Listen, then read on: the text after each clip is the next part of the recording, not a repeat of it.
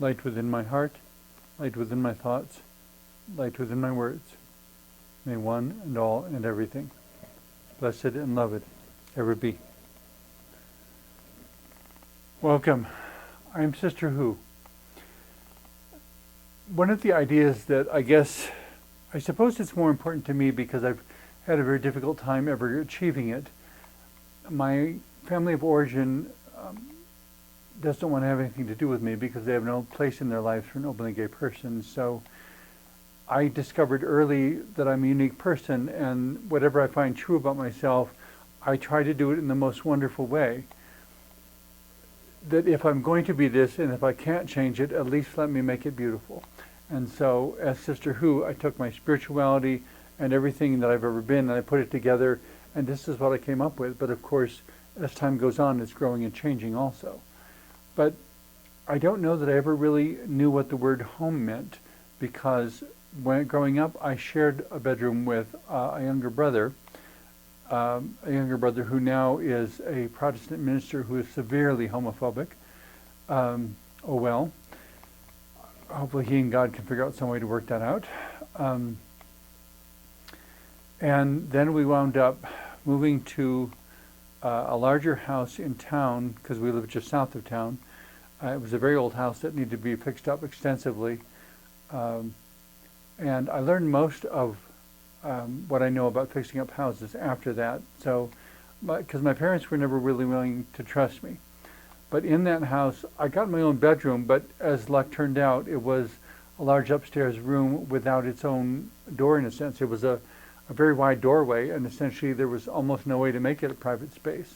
I put a folding door across it at one time, but it was always questionable just how private it was.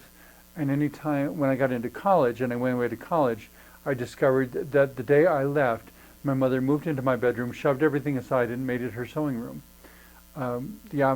The interesting thing about that is that my mother didn't know how to sew. I did, but whatever. It was where she could set up her sewing machine even if she never used it. But I went through 4 years of college with the sense that anything I valued had to be put in this closet, and I really wanted to put a lock on it, except my father wouldn't have that. But anything that was in their house wasn't secure. My room would be commandeered, and anything that they knew was in that closet might be commandeered, and there was no sense of personal space that was ever respected. And so I guess that's where those things became that much more important to me, but also the notion of having a sense of home and learning just what a difference that makes and how much more stable and empowered having a sense of home makes one. And I find again and again that if I know where home is, everything else falls into place.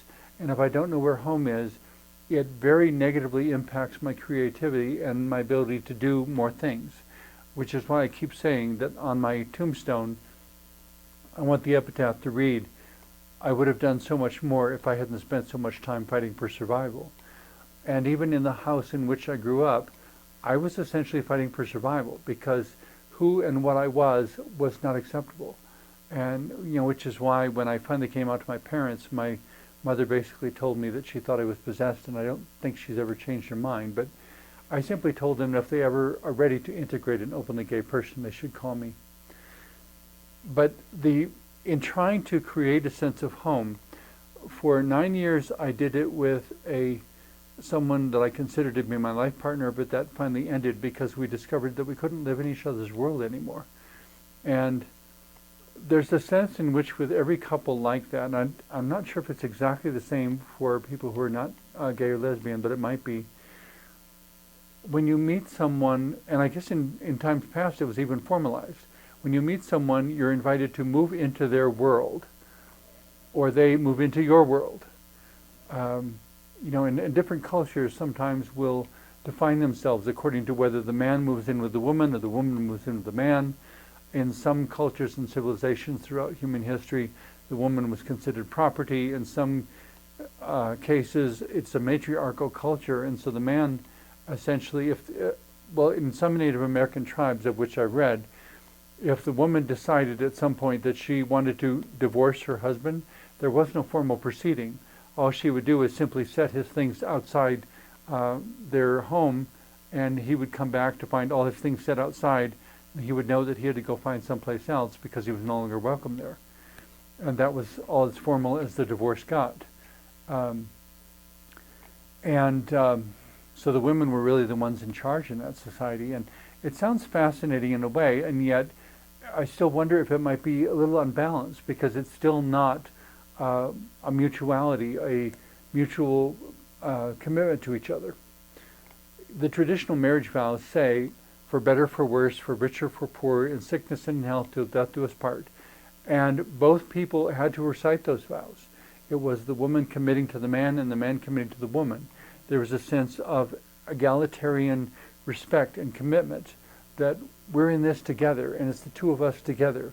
And the interesting thing was, when I went back to my hometown once and went through the museum, which was the Unitarian Church, which is kind of funny when you think of it, but I don't know how many people are familiar with Unitarians. But essentially it was wealthy Unitarians that built the town in the mid-19th century that ultimately the town I grew up around.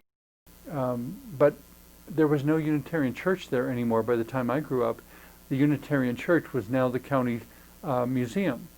But as I was going through there, looking at the old-timey photographs, or paintings actually, I think they're actually paintings or drawings, not really photographs, of the ministers of the Unitarian Church. And I found it amusing that the Unitarian Church had women ministers before those ministers were allowed to vote. And what a backwards kind of goofy situation to be in. And that these women might consider that church in a sense their home because they were the minister. They were the one in charge of the church. But they couldn't vote in the election. They couldn't help to elect the mayor of the town. It to me makes no sense. It seems like a weird contrast that shouldn't be there. But where did the Unitarians go? I really don't know, because they're not there anymore. There's no Unitarian church in my hometown, except for the one that is the county museum. And I don't know when they left either. But if you look at the major business blocks built around the center of my hometown, the names on those, if you look those names up, they were all Unitarians. But they're not there anymore. I didn't know anyone with those last names. So I don't know when they came or when they left and why they built so much and then left it all behind. But they're not there anymore. How strangely things change, I guess. But coming back to this idea of home. And at one point in time when I was growing up, people could have whatever home they wanted, whatever they wanted to live in. But of course, at some point, as the building industry became more developed, they wanted to keep builders from building something that wasn't well built. At one point in time, the builder would build a good home because they were in a sense signing their name to it. They wanted to do quality work so that their name would not be associated with bad work.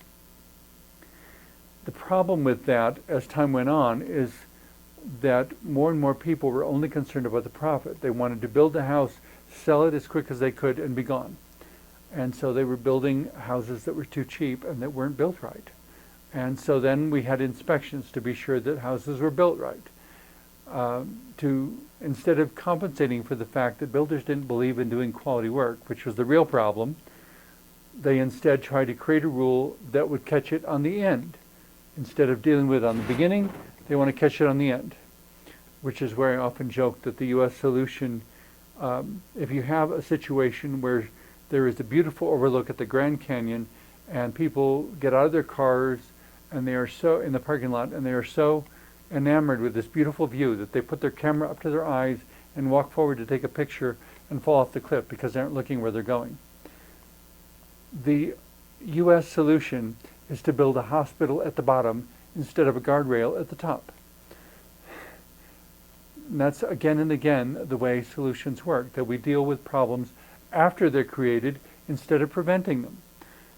In Scandinavia, for example, I'm told that they really do believe less is more. And so they would be the ones to build a guardrail at the top and never have to build a hospital at the bottom to catch all the people who are falling down.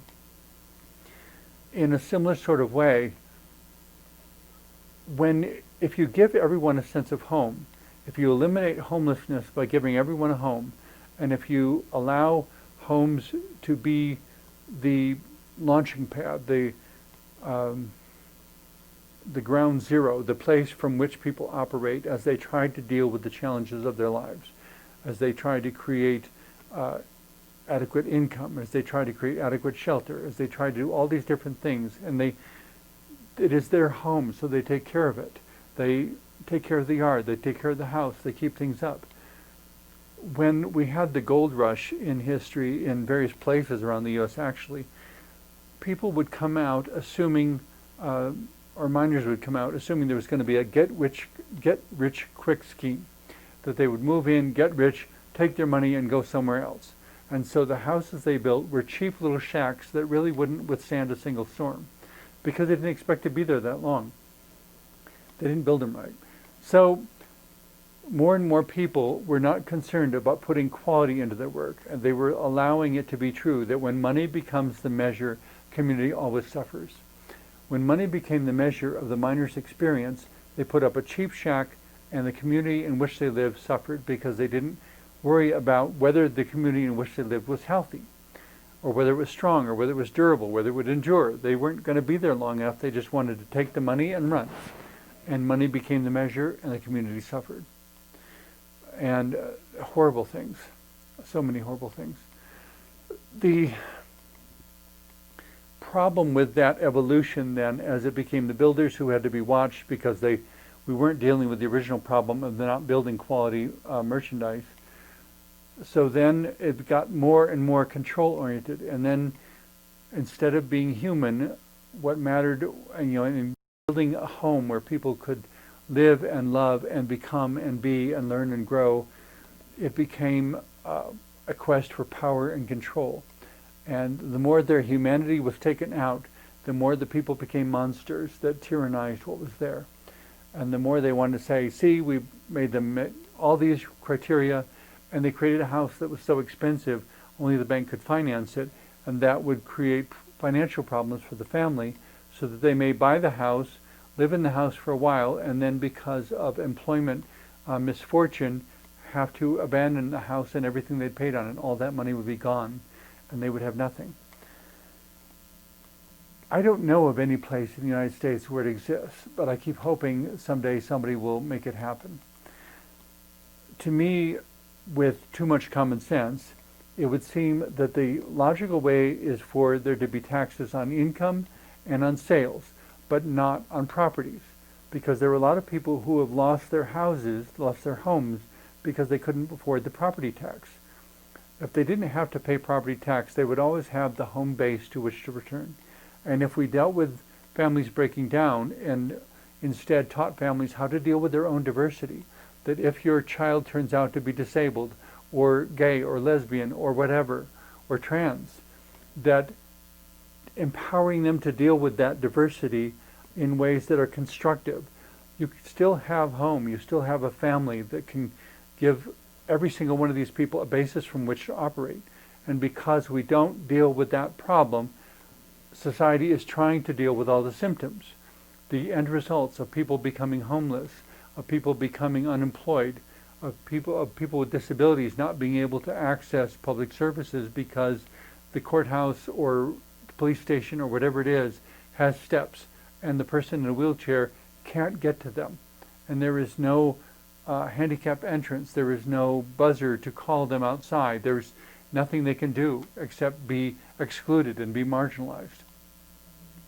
When people move to this country, coming with their own language, and instead of becoming multilingual and learning both the language of the country to which they moved and the language of the country from which they left, and being multilingual so that they will qualify for more jobs rather than less, they try to hold on to their previous language and insist that the new country cater to them. And that leaves them disempowered instead of empowered to take advantage of every situation. I still remember having a house for a few years in northwestern part of the Denver metro area, and there was a wonderful man across the street named Alex who was Latino, and his native language is Spanish, of course, And he couldn't get a job because his English wasn't as good as what people wanted. And so he worked in, I think, cleaning and installing furnaces. And there was one time my furnace wasn't working properly, and I yelled across the street for him, and he came over and fixed it. He's a brilliant man. But there was one day that I still remember where he was out in his front yard, and I hollered across to him, Alex, you have to help me. Nobody will hire me because I don't know Spanish. And he laughed, because all the jobs I was finding that I would like to have applied for, I couldn't, because they wanted someone who was bilingual, who knew both Spanish and English, and I only knew English. He only knew Spanish. He knew a little bit of English, enough for us to be neighbors, but he wasn't fluent in English, and I wasn't fluent in Spanish. So neither one of us could get a job because we couldn't cross the linguistic barrier. In moving to a new country, something I've never been able to do and never had to do, but I guess in some ways I was fortunate, both fortunate and unfortunate, I guess, because my grandparents came from Germanic-speaking countries, and when they came to the U.S., they once again were trying to become true U.S. Americans right away, and so they stopped speaking their native languages, and consequently I couldn't learn German from my elders, and I couldn't become multilingual without going to school for it. I did eventually learn German, but I had to learn it on my own. They wouldn't teach me. And in a similar sort of way, when people come from another country, they shouldn't be disallowed. They're people. They need to be loved and embraced, but they need to be empowered to be multilingual. Because in being multilingual, they will qualify for more jobs and have more opportunities and be greater than they ever could have been otherwise. And what better way to practice your language than to live in a country where you get to practice it all the time?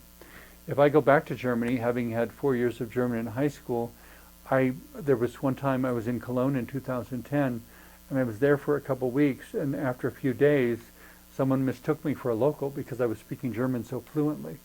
And I said, well, thank you for the compliment, but no, I'm not from here. I don't know where anything is.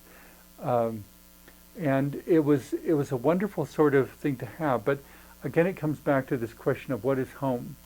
I'm reminded of the first ever manifestation of Sisterhood in 1991, where I went for 5 days to Paris, France.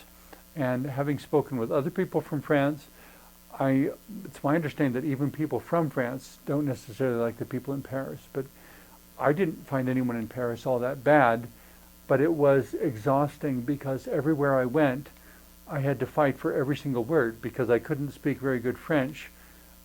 They wouldn't speak German, and they wouldn't speak English, and so I was exhausted by just trying to communicate. And I have nothing bad to say about them. It was a wonderful trip, but it was amusing to see the cultural differences. And on the last day I was there, because I was so tired of having to fight for every little word, I was so exhausted from the effort of trying to communicate when they could understand me, but they wouldn't. And trying to satisfy their expectations and satisfy their demands was so exhausting. And so I chose to go to Pizza Hut, an American franchise. And I ended it by, to have something that was familiar, something that reminded me of home. And at the end of it, I said I wanted the, quote, American apple pie for dessert. And they brought me this pastry that was so perfectly cut with lattice topping and everything without a crumb out of place that I just, I rolled my eyes and laughed because it was not, if I asked for a piece of apple pie in the United States, I would get something with apple filling oozing all over the plate and just be a total mess. It tastes very good, and of course that was the point. And it was amusing to see that they were still being French, even running a Pizza Hut in Paris. And I don't have anything bad to say about them, but it's one of these questions where it could go one way or the other depending on what you are comfortable with. When I would look down a street in Paris, it was like a perspective drawing. Every single tree was trimmed exactly to the same half oval.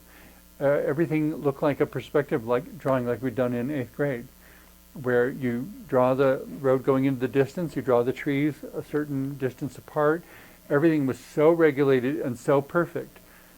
And it was nice to a point, but it was so pervasive, it became surreal to me. Because I had grown up in an environment where there was a lot more freedom than that, and I wasn't used to everything being so regimented. In talking with one of the wonderful people I met there, though, they said the problem with Paris is that they have so much wonderful architecture that the public budget can't even maintain it all. Having too much of a good thing, I guess you could say. I still think of it as a magical and wonderful place. And going to the Eiffel Tower was absolutely amazing. It's one of the greatest days of my life, and I'll never forget it. And going to the Louvre was also just incredible. And yet there was this cultural barrier that made it difficult for us to collaborate on so many things. And I guess in all the places I've been around the world, it's fascinating to see all the different ways to be. And to see struggles around that, but also ways that it empowers. And in all of that, to know that we have home, and it's nice when it's inspected and it's kept up to par. But on the flip side is where money becomes the measure, and community always suffers, and the local administrations become so enamored of their rules and regulations and strictures that they don't realize the original goal of everyone having a home is being compromised. And at some point, we need to remember the original goal. It's kind of like that goofy saying I've mentioned in a number of shows that I saw somewhere, that when, quote, and forgive the vulgar language, but it says, when you're up to your ass in alligators, it's difficult to remember that the original goal was to drain the swamp. And the idea being that if you attack the problem at its source, you won't have to deal with all the symptoms and manifestations of it. You know, if the healthcare system was about maintaining health instead of about taking care of sick people, we wouldn't worry about pharmaceutical companies trying to influence the government and creating remedies, if you will, that don't make a total cure, that only gets you 90% better, but sick enough that you still have to buy more. Because when money becomes the measure, community always suffers. If money is not the measure of our health, but it's still, if it is instead about how do we make you healthy and keep you healthy so that you are never sick.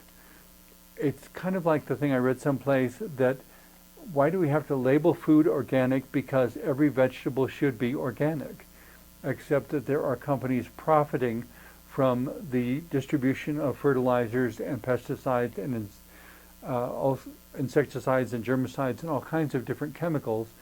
And when these get on our food, lo and behold, it creates additional health problems. And at some point, we need to remember that the goal was to feed ourselves, to shelter ourselves, to work together as a community.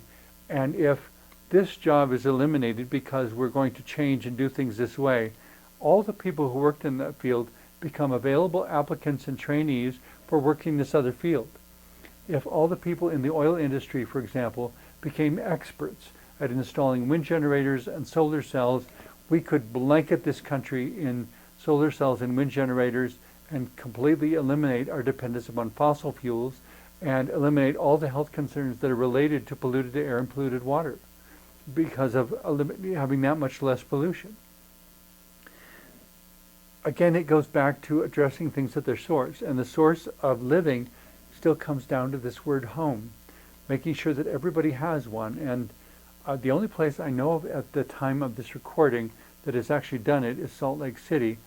But they discovered in this one, I don't know how long ago it was even when they did it. It seems like it was within the last decade, but I'm not sure exactly when. They discovered that it costs less to give homeless people a house to live in than to maintain them as homeless people. That they simply had all these empty houses. These people needed places to live, so the town said, here, live in this. And they went and they lived in the house, and it cost the city less for them to live in that house and take care of it and maintain it and, sweep it, clean it, report when the windows were broken or the roof needed replacing or whatever. All of that cost less than maintaining the homeless population in that city. Again, it comes back to this common sense, and when money becomes the measure, or some people say, follow the money. If you figure out who's profiting from the existing system that is hurting people, and move those people somewhere else where they can have all of their needs met as well, it's a win-win situation. And if you have money to spend, then you pay a little bit of sales tax. If you are making money and getting paid money, then you have a bit of income tax. But if you do not have property tax, you can go home and know that when the world falls apart, at least you have a roof over your head, you have a base of operations. And if there is no property tax, then you won't be losing your base of operations. There is a way for you to maintain yourself and to keep pushing forward and not to lose. When money becomes the measure, conversely, community always suffers. And I keep coming back to that point over and over, and I don't mean to repeat myself, but it is so common sense that I just wish it would catch on instead of existing systems favoring those who are dealing with the mental illnesses of greed and narcissism. If you were obsessed with anything else, it would be considered a mental illness. But because you're obsessed with money, it's overlooked. As long as you're obsessed only with money, it is still a mental illness. Ultimately, instead of worrying about classifications and what political system or economic system, we have to find a way to take care of each other and to let each other be the beautiful and wonderful home-based individual that each of us really can be. Thank you so much for watching.